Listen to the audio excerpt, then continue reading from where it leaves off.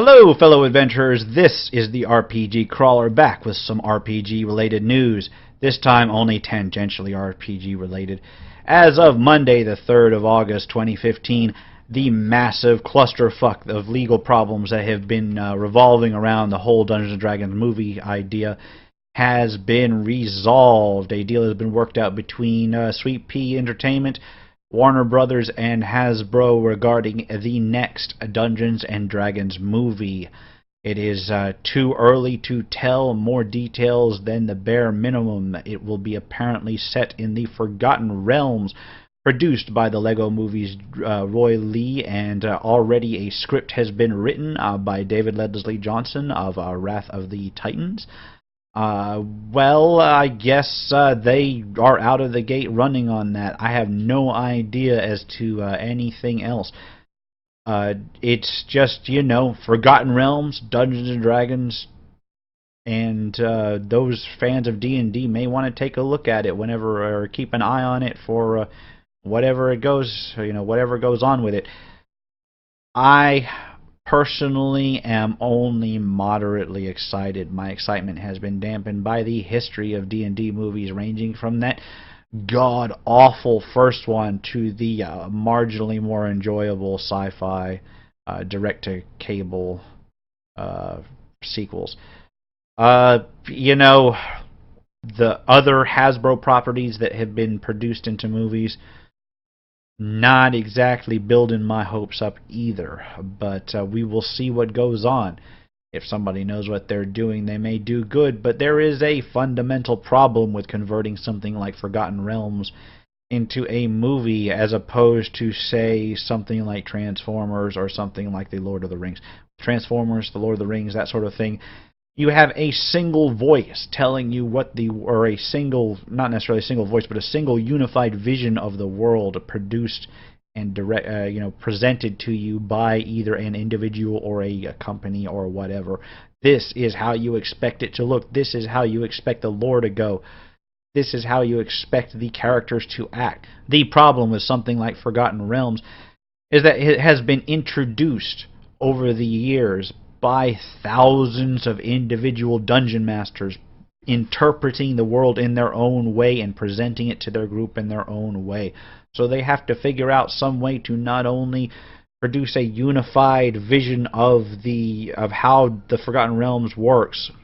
So they not only have to produce a unified vision of how the Forgotten Realms works, but make it believable in the sense of coming back through all of these dungeon masters, and make it so it is at once recognizable to all the old fans who have seen this through 1,000 different lenses, as well as new individuals who will be seeing this movie and who may never have actually played Dungeons & Dragons before.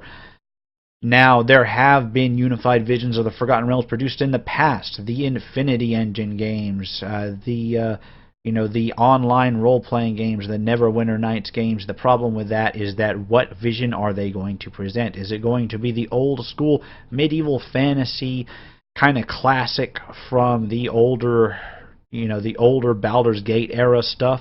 Is it going to be the high fantasy from the 3rd edition Neverwinter Nights style stuff? Or is it going to be the modern dungeon punk stuff from the 4th edition and things like Daggerdale and Neverwinter? That could play a serious role in how this movie may be received, because not all of those are going to, those are all going to appeal to different segments of your audience, and it's going to be interesting to see which one they go with.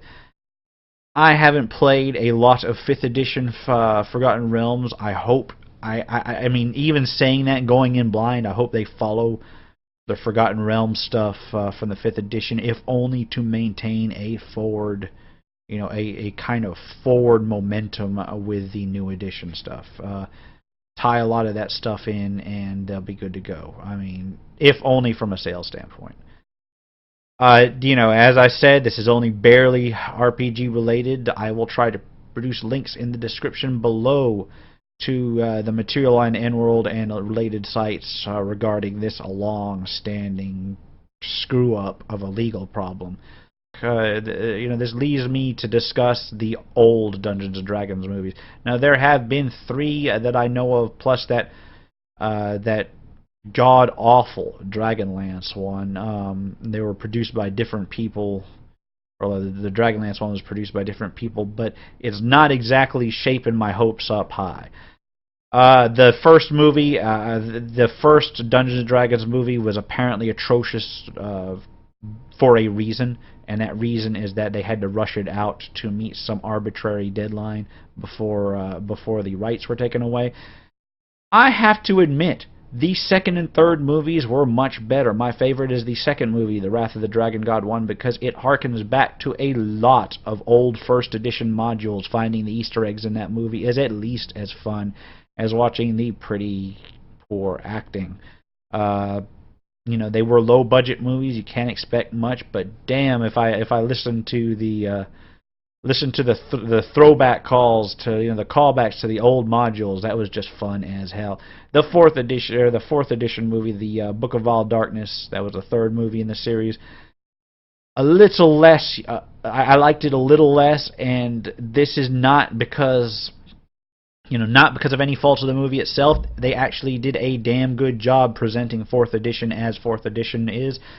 The problem is that they were true to the source, and 4th edition just sucks. I mean, I cannot say that enough. It was a terrible edition, and the fact that they so readily represented the tropes that made it suck in the movie was a shame, because the movie was actually quite a bit of fun. The Book of All Darkness was actually kind of fun in and of itself, but the fact that 4th edition sucked so much, just in my opinion, just dragged it down. So we shall have to see whether they play it true to the game in going forward or what. We'll just have to keep our eye out. For now, remember, as always, if you like what you've seen, to like, comment, tell me what you think of this, and subscribe for more RPG-related materials. And this has been the RPG Crawler, heading on out. Take care, and goodbye.